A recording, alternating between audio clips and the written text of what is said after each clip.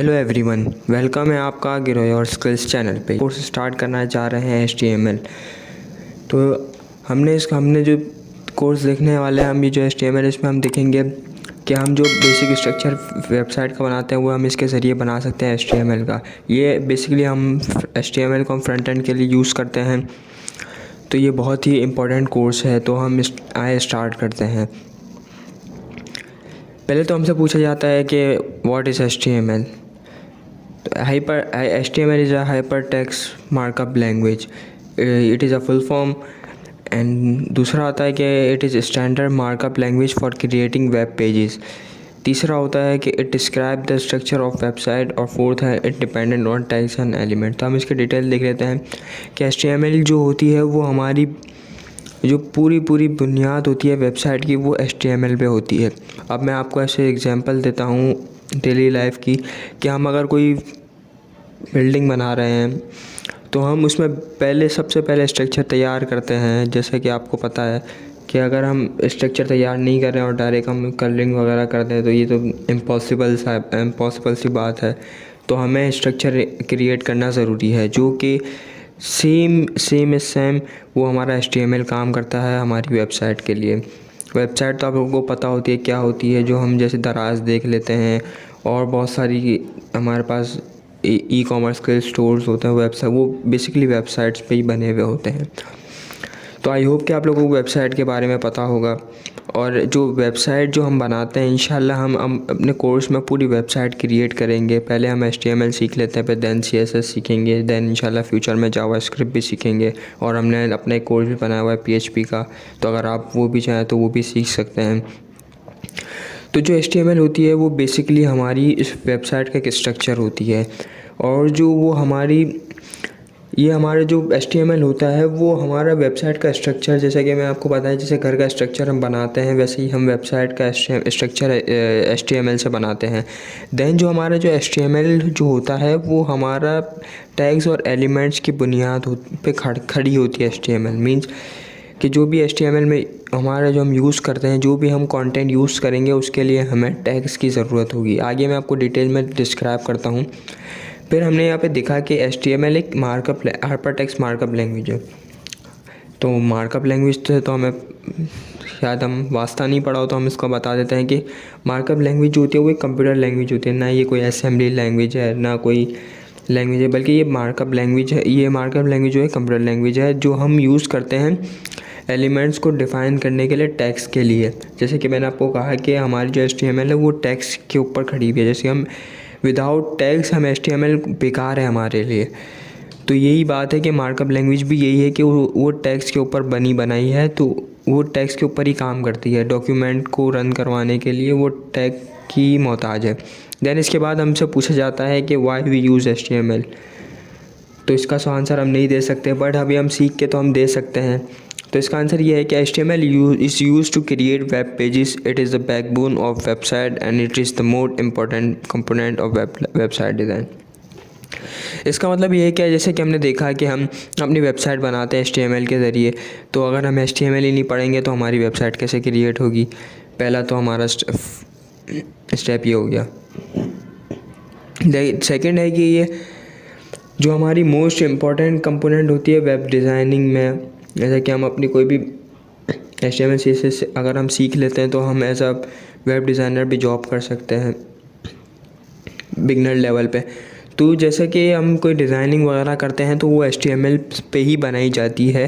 जैसे कि हम इंशाल्लाह आगे आगे फॉर्म वगैरह क्रिएट करेंगे तो हम आगे डिटेल में देखेंगे, बट अभी शॉर्टली इंट्रोडक्शन था। तो इसका ये आंसर ये है कि हम क्यों यूज़ करते हैं।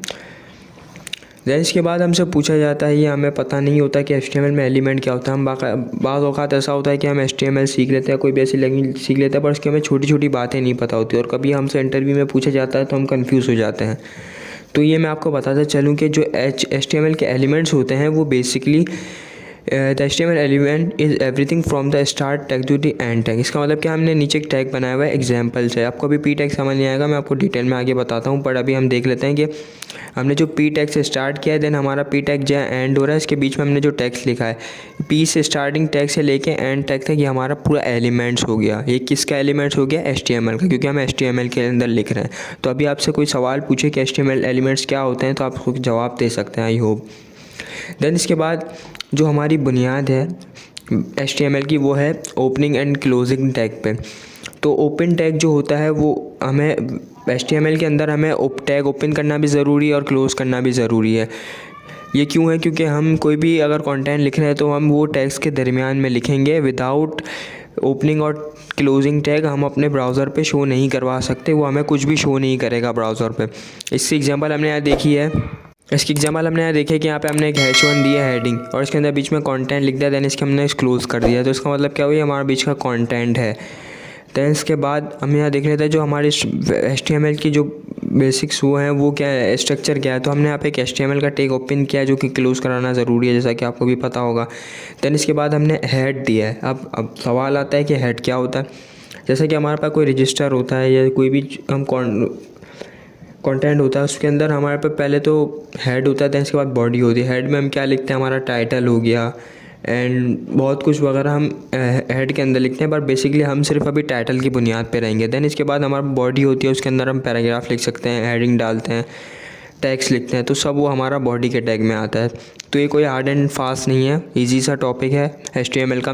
देन इसके बाद हमसे पूछा जाता है कि हम HTML को कौन सा टेक्स्ट एडिटर पर यूज़ कर सकते हैं। तो आप बहुत सारे टेक्स्ट एडिटर है। टेक्स्ट एडिटर बेसिकली ये होता है जिसके हम ऊपर कोड करें या आपने उसको ब्राउज़र को कैसे पता है कि हम क्या चाह रहे हैं, तो वो उसको हम टेक्स्ट एडिटर कहते हैं। तो हम यहाँ पे 3 देख लेते हैं, visual studio, notepad plus plus, notepad. आप चाहें तो आप कोई भी यूज़ कर सकते हैं, बट हम विजुअल स्टूडियो कोड यूज़ करेंगे। विजुअल स्टूडियो कोड जो है बेसिकली वो हमारा बहुत काम आसान कर देता है, हमें बार बार टैग ओपन और क्लोज़ करने की ज़रूरत नहीं पड़ती, इसमें बहुत शॉर्टकट्स हैं, तो हम ये इस्तेमाल करेंगे। तो आपकी जो नीड हो आप वो कर सकते हैं। तो जो हमने विजुअल स्टूडियो कोड डाउनलोड करने का तरीका है, मैंने एक वीडियो बनाई हुई है, तो मैं उसका आई बटन में उसका लिंक दे दूंगा, तो आप जाके वॉच कर लीजिएगा। फिर भी आपको कोई क्यूरी हो तो आप मुझसे कमेंट में डिस्कस कर लीजिएगा। देन मैं अपने विजुअल स्टूडियो कोड की तरफ आ जाता हूँ। मेरा डाउनलोड हुआ है, लेकिन आपको डाउनलोड करना ज़रूरी है, तो मैं अपने विजुअल स्टूडियो कोड पर आ गया। इस पर मैंने एक फ़ाइल बना रखी है जिसका नाम है firstclass.html। .html क्यों दिया, क्योंकि मेरे को अपने ब्राउज़र को बताना है कि मैं HTML पे काम कर रहा हूँ। अगर हम CSS कर रहे होते तो हम इसको बताते CSS, अगर जावास्क्रिप्ट कर रहे होते तो जावास्क्रिप्ट, अगर PHP कर रहे होते तो PHP बताते। तो हम इसको firstclass.html से हमने इसको बताया कि हम ये काम कर रहे हैं। अब हम इसका जो टैग है वो करवा देते। देखिए मैंने यहाँ पे इसका साइन दिया और इसको मैंने यहाँ पे देखा तो यहाँ डिस्क्रिप्शन में मुझे कोई दे रहा, तो मैंने फर्स्ट सेलेक्ट कर दिया डॉक टाइप। डॉक टाइप का मतलब क्या है कि ये हमें बताता है कि आपका जो टैक्स है वो किस सूरत में जाएगा आपके ब्राउज़र पे। HTML उसको ब्राउज़र को कैसे पता चले कि आपका जो कोड है, टैक्स है, वो किस पे डिफ़ाइन हुआ है। तो ये बेसिकली ये बताता है HTML डॉक टाइप।